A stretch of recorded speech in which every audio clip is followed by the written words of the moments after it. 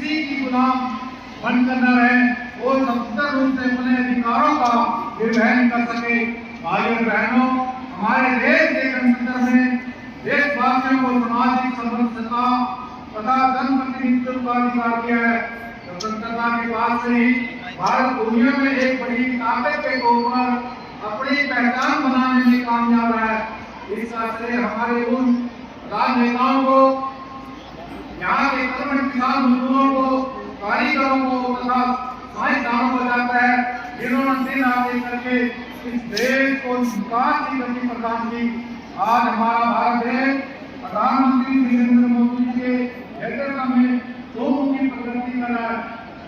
भाइयों बहनों, सदियों की प्रतीक्षा हो, सदियों के भूतपूर्व धैर्य, अनगिनत बलिदान, त्याग और तपस्या के बाद हमारे प्रभु श्री राम का मंदिर अयोध्या में स्थापित हुआ है।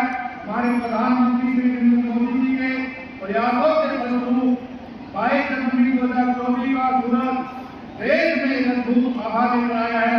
इसी दिन अयोध्या में राम मंदिर के भूमि पूजन के बाद से प्रतिदिन प्रत्येक लोगों को उत्साह बढ़ता ही जा रहा है। भगवान राम के प्राण प्रतिष्ठा कार्यक्रम से देशवासियों को सदियों के धैर्य की धरोहर के रूप में श्री राम का मंदिर मिला है। राम के सामने कितने लोगों ने त्याग और तपस्या की परिभाषा दिखाई है। हम सब उन अनगिनत राम भक्तों के, उन अनगिनत कार सेवकों के और उन अनगिनत संत महात्माओं को एक भी नहीं है। देश की प्रगति के सफर में हरियाणा का भी महत्वपूर्ण योगदान है। मुझे कहते हुए गर्व है कि हरियाणा ने भी प्रदेश के सामाजिक आर्थिक विकास के नए आयाम प्रदान किए हैं। शिक्षा, स्वास्थ्य एवं खेलों में हमने कई ऊंचाइयों को छुआ है। हमारी कितनी ही नीतियों और योजनाओं का देश के दूसरे राज्य अनुसरण कर रहे हैं। आज भी हरियाणा के नौजवान सेना में भर्ती होना अपनी शान समझते हैं। यही कारण है कि आज भारतीय सेना का हर 10वां जवान हरियाणा प्रदेश से है।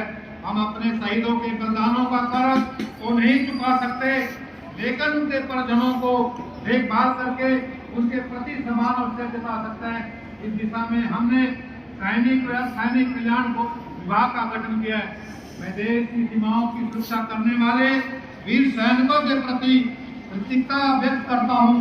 आपको बताना चाहूंगा कि हमारी सरकार ने युद्ध के दौरान शहीद हुए हरियाणा के सैनिकों और अर्ध सैनिकों बलों के जवानों की अनुग्रह राशि 20 लाख रुपए से बढ़ाकर 50 लाख रुपए कर दिया है।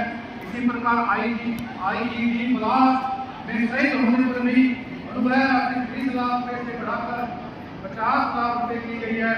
अब तक शहीदों के 365 आश्रितों को अनुकंपा के आधार पर नौकरी भी प्रदान की गई है।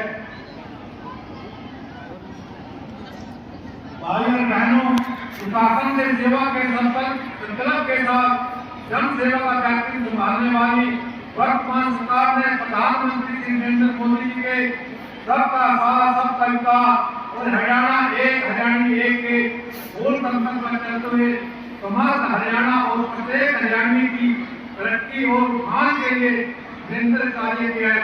वर्ष 2024 को संकल्प से प्रणाम वर्ष के रूप में मनाया जा रहा है। साथियों, हमारा प्रदेश हरियाणा सद्भाव, सम्मान, विकास, सत्ता के साथ पूर्ण बदलावों का साक्षी रहा है। इनसे हर आदमी का जीवन सरल, सुगम और सुरक्षित हुआ है। हमने जन सेवा जनता के बीच द्वार बंद की व्यवस्था को हमारी सरकार ने न केवल बदलने का काम किया है, बल्कि ऐसी व्यवस्था देने का प्रयास किया है जिसमें जन को योजनाओं और सेवाओं का लाभ सर्व तरीके से प्राप्त हो सके। देश की आजादी से लेकर लंबे समय तक गरीब कल्याण की बातें तो की जाती रही, लेकिन उनका लाभ पात्र व्यक्ति तक नहीं पहुंच पाया। पंडित दीनदयाल उपाध्याय जी के अंत्योदय के दर्शन के अनुरूप प्रदेश के सभी परिवारों का पहचान पत्र बनाया, जिससे पात्र परिवारों को घर बैठे ही सरकारी योजना का लाभ देना सुनिश्चित किया गया।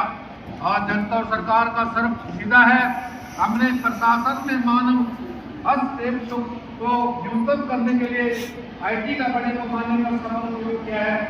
आज हर सरकारी योजना के पारदर्शी तरीके से लागू किए जाने से घर बैठे गरीब की बेटी की शादी का डबल, जुर्म, विधवा, दिव्यांगों की पेंशन, बीपीएल कार्ड, घरेलू कार्ड का लाभ, किसानों को उनकी फसल का भुगतान कंप्यूटर की एक क्लिक से सीधे पात्र के खातों में जाता है।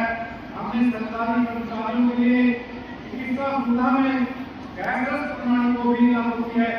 गरीबों की जिन पर छत उपलब्ध करवाने के लिए प्रधानमंत्री आवास योजना के तहत 36,000 से अधिक मकान बनाए गए हैं, जबकि 16,000 मकान बनाए जा रहे हैं। हर गरीब को राशन मिलने में परेशानी न हो और कोई उसका हक न पा सके, इसलिए राशन वितरण व्यवस्था को तकनीक के माध्यम से पारदर्शी बनाया गया है।